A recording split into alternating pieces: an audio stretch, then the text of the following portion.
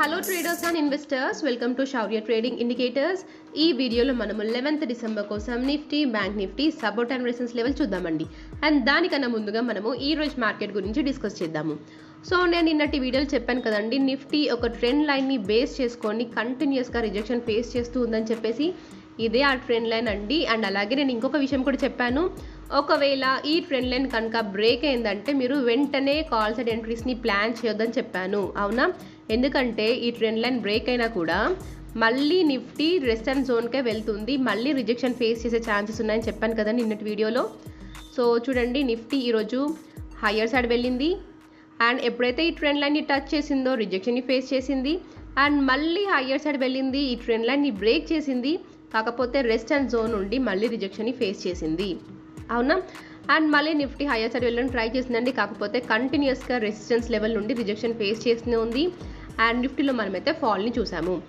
And అలాగే చూడండి, Nifty ఎక్కడి వరకు ఫాల్ అయింది చూసారా?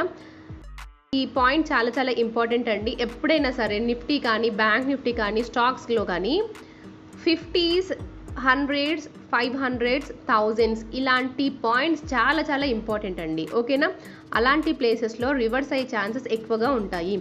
ఇక్కడ చూడండి, నిఫ్టీ ఎప్పుడైతే 24,500 లెవెల్కి వచ్చిందో అక్కడ నుండి కంటిన్యూస్గా రివర్స్ అవుతూనే ఉంది, అవునా? సో ఎప్పుడైనా సరే ఏ స్టాక్ అయినా ఇండెక్స్ అయినా సరే 50s, 100s, 500s, 1000s అలాంటి ప్లేసెస్కి వచ్చింది అనుకోండి, ఖచ్చితంగా రివర్స్ అయ్యే ఛాన్సెస్ ఎక్కువగా ఉంటాయి, ఓకేనా? 95% ఆఫ్ ద టైం రివర్స్ అవుతుందండి. సో అలాంటి ప్లేసెస్కి వచ్చినప్పుడు మీరు ఖచ్చితంగా స్టాప్ లాస్ని మెయింటైన్ చేయండి, ఓకేనా?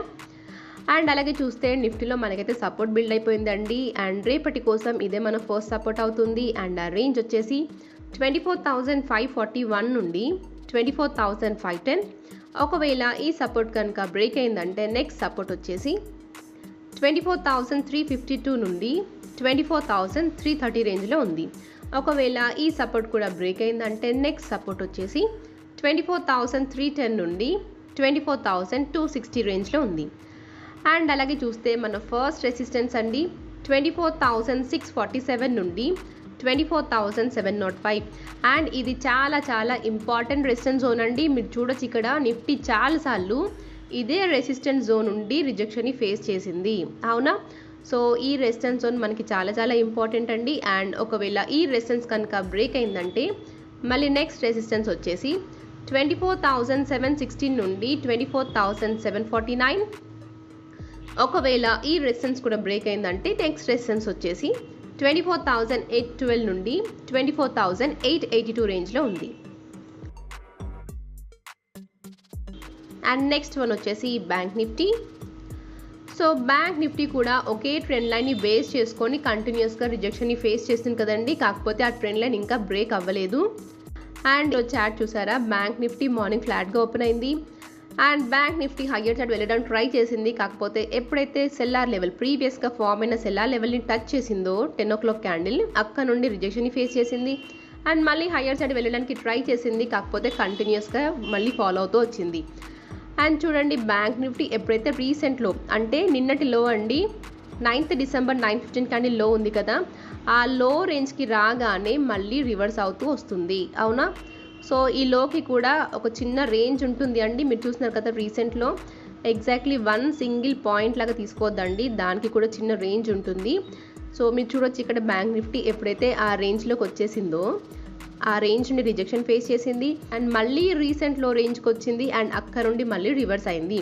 అండ్ మార్నింగ్ ఏదైతే లెవెల్ నుండి రిజెక్షన్ ఫేస్ చేసిందో మళ్ళీ అదే సెల్లార్ లెవెల్కి వెళ్ళి ఈరోజు క్లోజ్ అయిపోయింది. అండ్ బ్యాంక్ నిఫ్టీలో చూస్తే రేపటి కోసం మన ఫస్ట్ సపోర్ట్ అండి 53,374 నుండి 53,304. ఒకవేళ ఈ సపోర్ట్ కనుక బ్రేక్ అయిందంటే నెక్స్ట్ సపోర్ట్ వచ్చేసి 53,020 నుండి 52,892. ఒకవేళ ఈ సపోర్ట్ కూడా బ్రేక్ అయిందంటే నెక్స్ట్ సపోర్ట్ వచ్చేసి 52,700 నుండి 52,617 రేంజ్లో ఉంది. అండ్ అలాగే చూస్తే మన ఫస్ట్ సెల్లార్ రేంజ్ అండి 53,596 నుండి 53,650.